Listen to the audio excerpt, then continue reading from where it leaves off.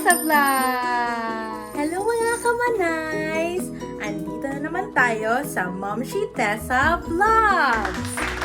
At ngayon, kagagaling ko lang sa health center kasi nagpa-depo shot ako. So, ano itong depo? Ang depo ay Depo Provera. Ito ay isang uri ng contraceptive na ino-offer sa atin ng pamahalaan ng libre. Opo, tama ang narinig nyo. Libre. Marami silang ino-offer para ito sa family planning na project o proyekto ng ating pamahalaan. Marami silang ino-offer tulad ng pills, pwede ka rin magpa-intradermal patch, magpa-IUD or tubal ligation. Ito ay ino-offer sa atin ng gobyerno.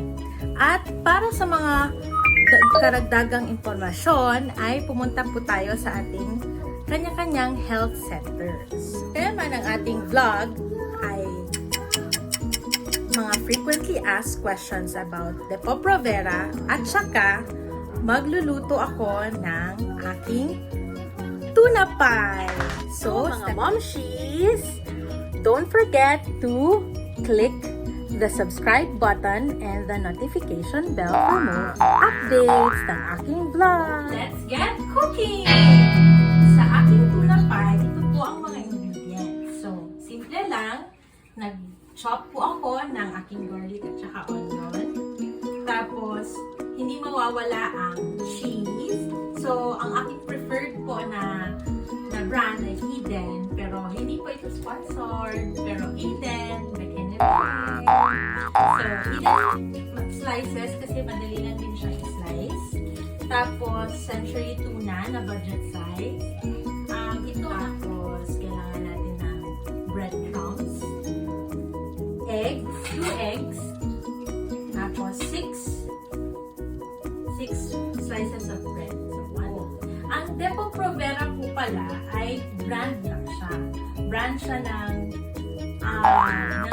contraceptive na medroxyprogesterone acetate. So, yun. Binibigay din ito habang nag-crack tayo ng egg.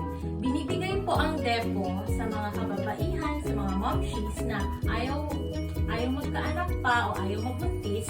Binibigay po ito kada 3 buwan. So, every 3 months po. Tapos, hindi po niya pinaparelease ang eggs ng ating mga ovaryo. So, yun. At saka, nagtitiken din siya ng muco sa ating cervix. Ibisahin natin ang ating onion and garlic. Pagkatapos ay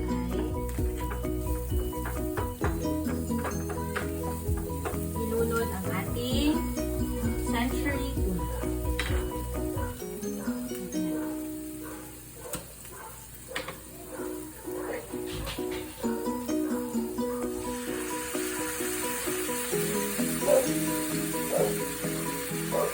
So, sinasabi nila, mga momshies, na maraming mga momshies ayaw magpaturo ng Depo. Bakit kaya? Kasi, maraming side effects po ang Depo. Isang side effect po ng Depo ay weight gain.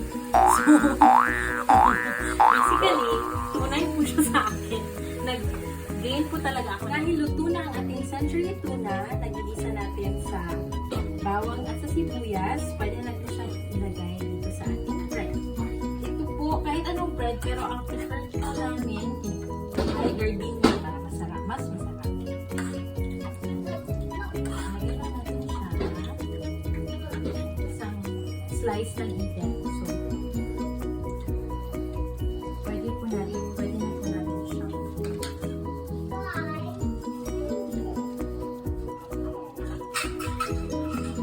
para may parang plating siya sa mga dulo niya, nilalak siya. So, i-dip po natin ito first sa egg. And then, i-dip natin sa breadcrumbs. Ito po ay napakasarap po. So, ready na ang ating bread na brined sa breadcrumbs at saka nung egg. So, pwede natin siya itulog sa natin kung luto na ba yung kabilang side. Ayan, perfect. Perfect po. Ayan, golden brown na siya at mukha na siyang tuna pie na binibili natin sa Jollibee. Masarap. Sige, hintayin natin maluto. Okay? Wow! Ang sarap! Tapos na ang ating homemade tuna pie.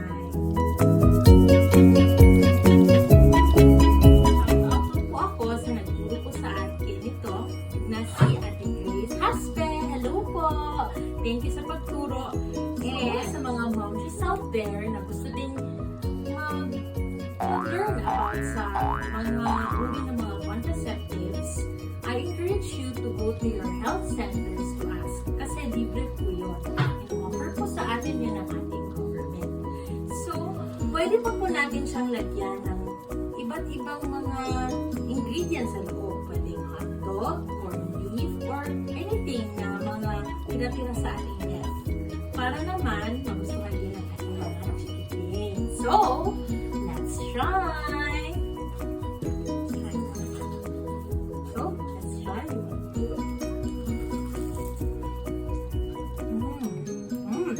Ang sarap!